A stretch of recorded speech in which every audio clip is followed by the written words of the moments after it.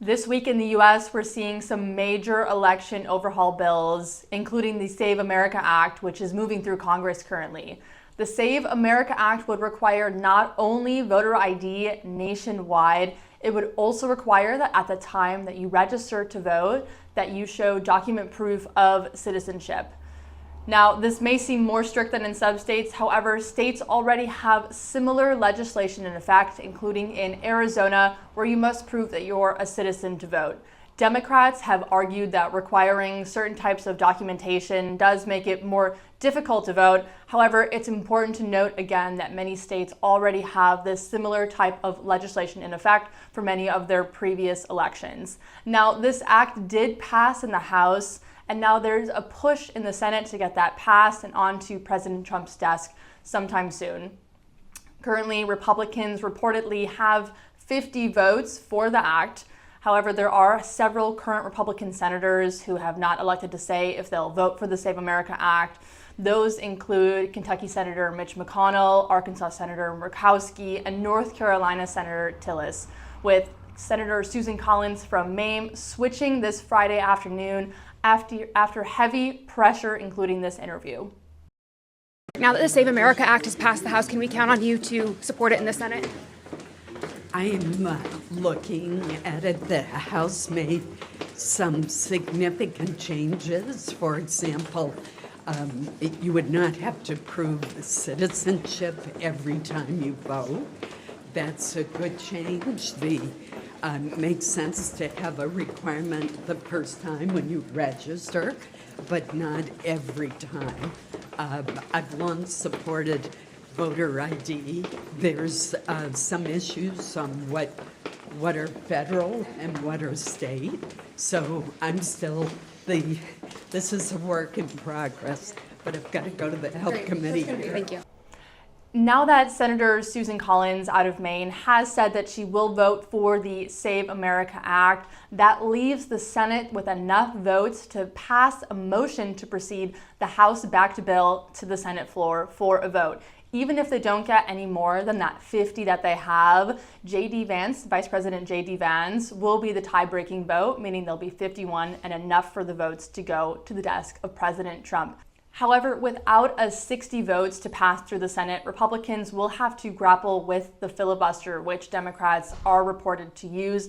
A majority, if not all Democrats, are going to vote against voter identification. Hi, Senator Murray. Now that the Save America Act has officially passed the House, can we count on you to join in to support it in the Senate? Nope.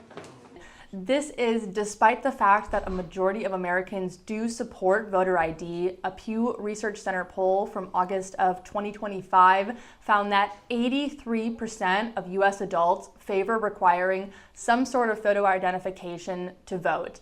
This includes 95% of Republicans and 71% of Democrats, with only 16% opposed overall.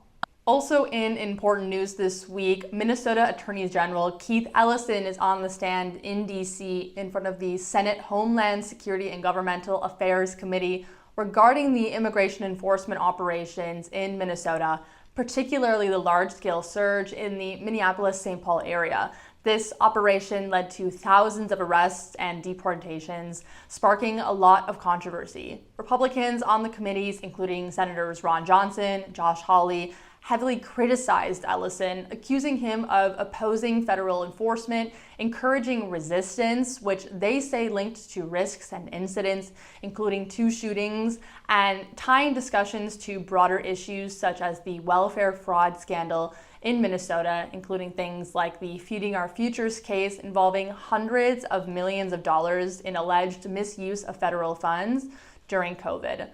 Now, several of the questions asked were quite heated, including this one from Senator Bernie Moreno. If you enter the country illegally or you overstay a visa, should you be deported?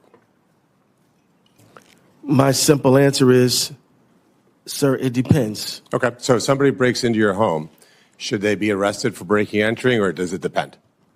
It's an entirely different scenario. How's that? Because immigration is essentially a civil, and the breaking into my home is a criminal matter. Oh, okay, gotcha. So if there's laws that should be enforced, so we shouldn't enforce civil violations? We absolutely should enforce them. So, But but you just said that it's a civil matter, so it's different. So if somebody you enforce creates civil a matters. So if somebody commits a civil infraction, it shouldn't be enforced? It should be. Okay, so they should be deported. No, they should have due process that is associated with their petition. So, again, for example, so the act of entering the country illegally, you think we should say, well, did you really do it or not do it? It's pretty obvious that they did, right? well, I mean, it would depend on the facts of the situation. Which set up this heated exchange between Ellison and Senator Ron Johnson. I, as a government official, would have said, back off. Let us work with ICE. Let's cooperate with them. Let's see if we can't de-escalate this. But Attorney General, you did the exact opposite. And 2 people are dead because you encouraged them to put themselves into harm's way. And now you're exploiting those 2 martyrs. That was a tragedy. It never should have happened. Now, we can investigate, but I can't imagine being a law enforcement official where I know my colleagues have been shot at, their vehicles rammed, that there are trained activists deployed. And by the way, we know at least one of those activists had a semi-automatic pistol with extra clips. So now you're an ICE officer, you're doing enforcement action, you've got a team behind you trying to protect you, you've got all these trained activists behind you. Is it any wonder they're at hair trigger alert? A tragedy was going to happen, and you encouraged it. And you ought to feel damn guilty about it. Thank you, Mr. Chairman. Ellison is scheduled for a separate House Oversight Committee hearing in March, focused specifically on that fraud in Minnesota's social services programs, which will also include Minnesota's Governor Tim Walz. If you liked this video, be sure to click here for our fiery expose documentary on the Palisades Fire in California. I'm Alyssa with the Lincoln Media Foundation. Thank you for watching this week's news.